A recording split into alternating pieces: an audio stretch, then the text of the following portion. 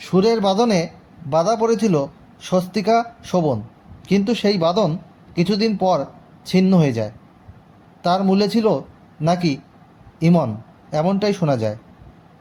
নতুন প্রেম আসে ইমন রূপে, যদিও সে সম্পর্ক স্থায়ী হয়নি।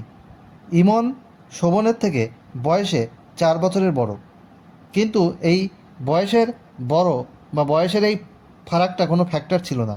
ফ্যাক্টর হয়ে দাঁড়ায় তাদের পারিবারিক বাধা।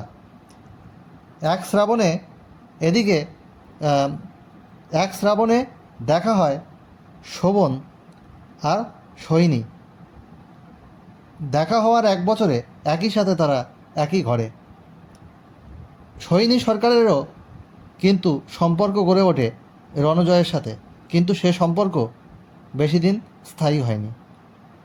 বিধাতার যে হাতে লেখা কার সাথে হবে কার দেখা, সেটাই হলো শোভনের সাথে সোহিনী সরকারের আর সোহিনী সরকারের ম্যারেজ হলো। বিবাহিত জীবনে অনেক অনেক শুভেচ্ছা রইল আমাদের এই চ্যানেলের তরফ থেকে।